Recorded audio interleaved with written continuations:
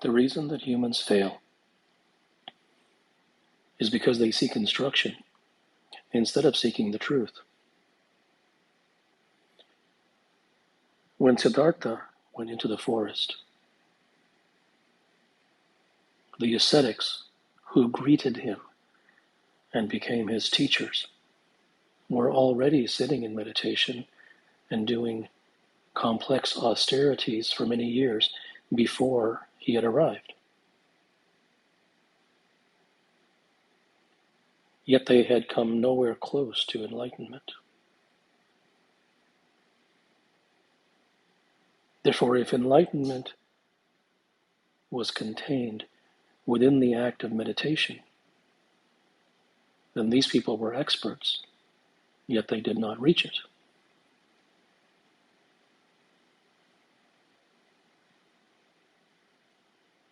This is the same for all human beings. Human beings spend their lives failing at almost everything. It does not mean that they never taste success. They do taste success. Some of them. And even the ones who do taste success, they fail in the part of their life that they actually seek and long for the most. So failure is not falling down. Failure is never having reached the goal, ever. And the reason that that happens is that a human being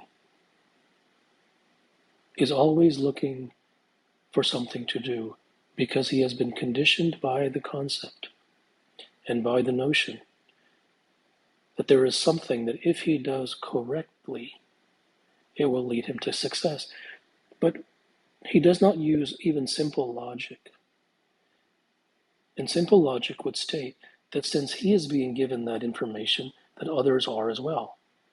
He is not hearing that information from an ascetic or a master at 27,000 feet in the Himalayas. He is hearing that from some ordinary coach or priest or pundit or speaker or author or whatever it may be. And whomever he heard it from, that same individual has told the same thing to many others. And yet they also are failing just like him.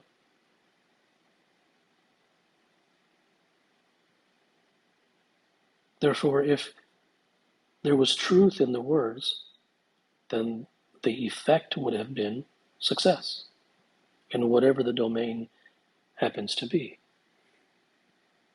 But the human never connects those basic dots.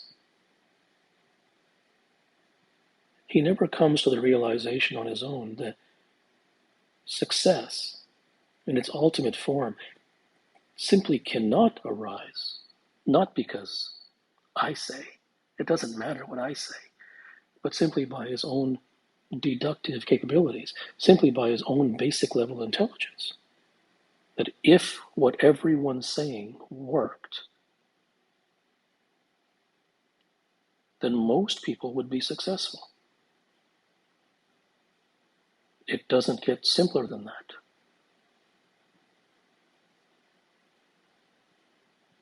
But the conditioning is so complete. The brainwashing is so deep that such a question is never asked, such a concept is never questioned, and one continues on in their life in a robotic fashion under the motivational power of hope. That maybe if they try yet one more thing, that might work. And the trouble is that a human only has so many years to live. So at some point the question must be asked, how long will you continue to do something while receiving failure after failure? The human doesn't have an answer for that question because, quite honestly, even if he abandoned the practice, even if he abandoned the prescriptions that he was given, he has nowhere else to go. He would simply replace them with a new prescription. Therefore, there's no reason for him to stop. If success were prescriptive, then everybody would be a success.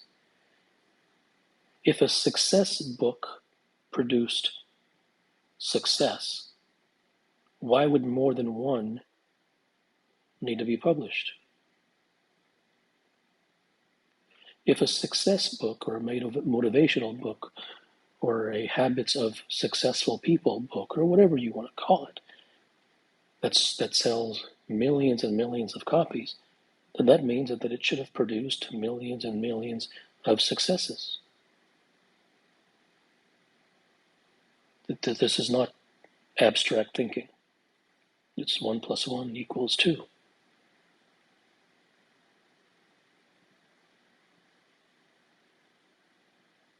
And if the book does not produce that, then that means the book has no value. Now, people will come back and say what they always say. Well, just because the book said to do something doesn't mean that the person who read the book actually went out and did the work. Very well. But a percentage, just by odds alone, would have done the work.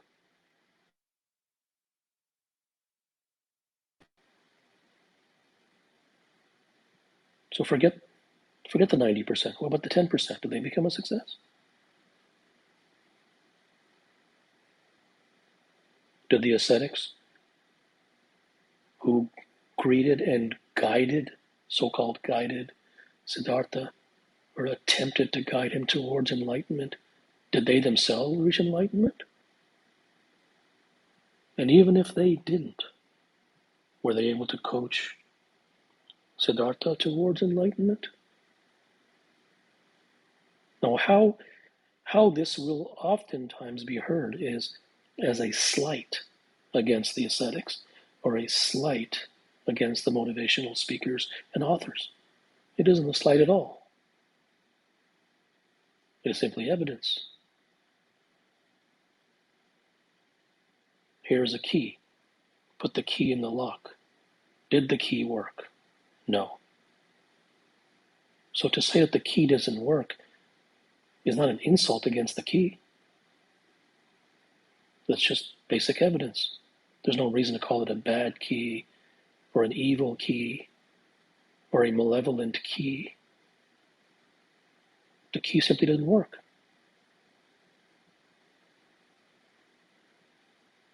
But humans do not look at things in this way because they're occupied. They're occupied by action, by taking action. They will do this, and they will do that, and they will log how many hours they did it. And they will become proud of the number of hours they did it. Because they are, at every point in their life, the human being is subscribing to ideals. He is trying to live up to bumper stickers. You must work hard. Well, nothing wrong with working hard. But is working hard the question? Does a person get paid for working hard? Or does he get paid for results? No one will say, well, hard work leads to results. Very well. Don't believe me? Look at the evidence. How many people are out there working like dogs and slaves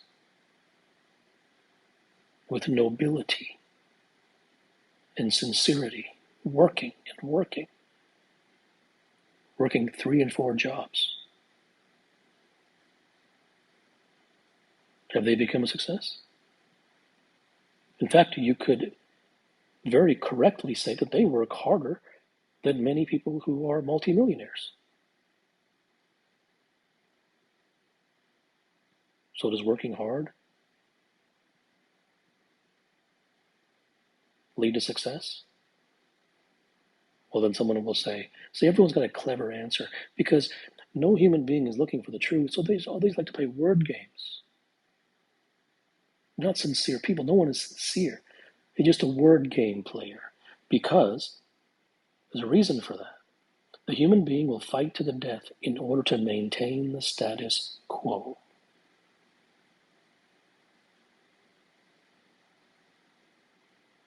So they will say, yes, fine, very well. Working hard does not lead to success, but sitting home and watching TV will not either. Well, quite honestly, there are many people who sit home and watch TV and make millions.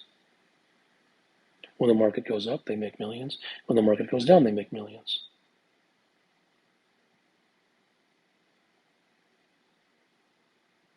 Does that mean that one should work hard? No. Does that mean that one should not work hard? No. Does that mean that one should sit home and watch TV? No. Then what does it mean? It means that if a person lives up to ideals, he will fail.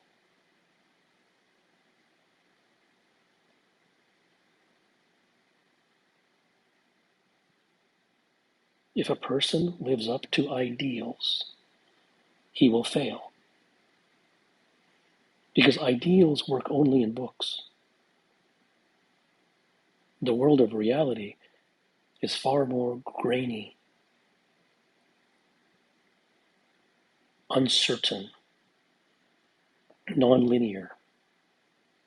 But in a book and in speeches, everything is it's a captive audience. It's a vacuum.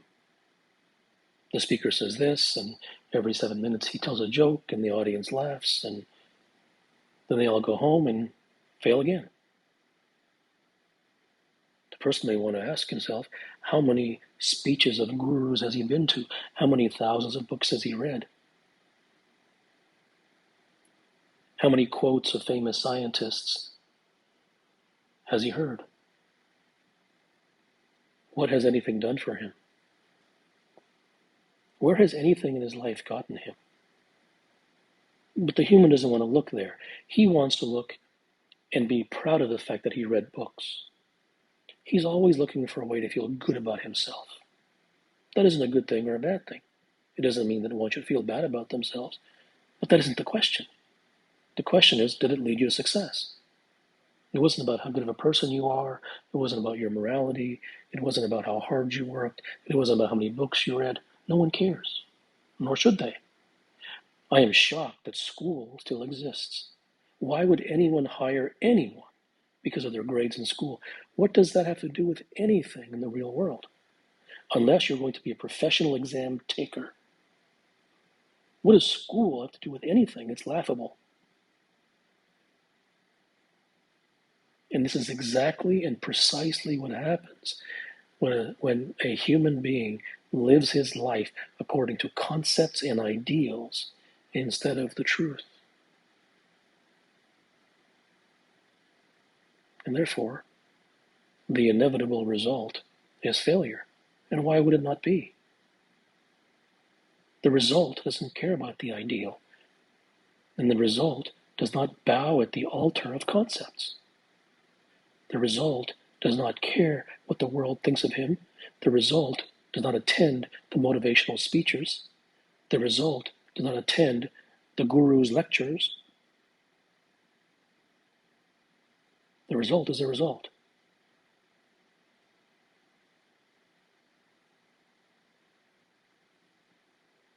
But humans do not think this way. They are too busy feeling good about themselves, or attempting to, gathering consolation prizes of hard work and being well read. What does it mean to be well read? You've read the words of others? Why is that something to be proud of? To be original and to create something, there's far more value in that than imbibing and regurgitating secondhand words of others.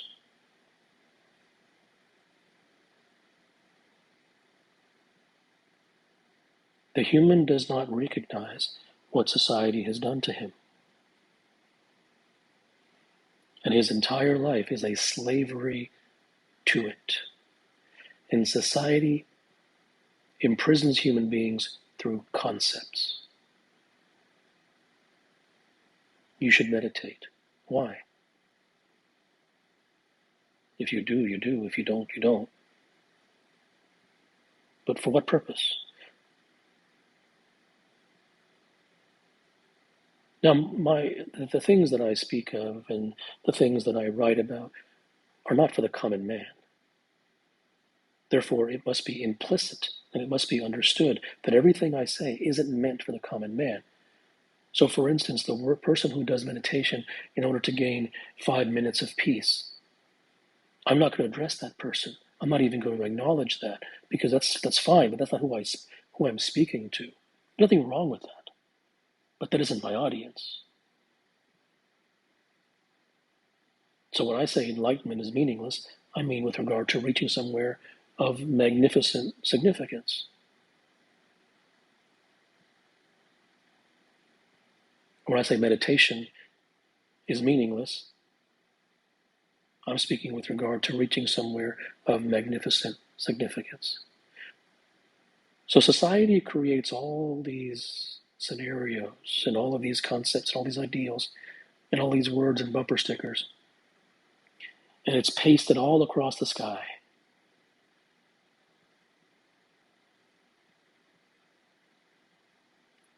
And the human, like a robot, attempts to imbibe and to follow and to live up to all of these things. But none of these things have meaning.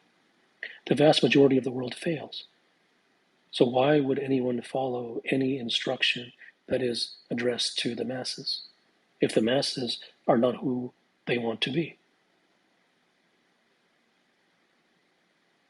Any reasonable-minded individual would reject that first, not based upon belief or faith or in what I say, but based upon basic kindergarten level evidence, based upon first grade logic. Does it work? If it doesn't, it does not matter how many ideals and how good you feel about yourself. It is trash. And that's where it belongs. Unless the person doesn't care about success. That's a whole other matter. And that it doesn't pertain to anything that I write about.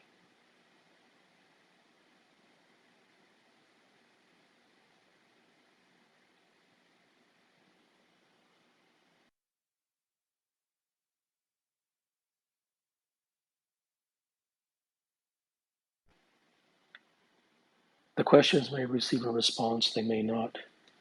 If there is sincerity or genuineness in the question, generally a response will arrive. I do not choose if one arrives or not. It simply comes.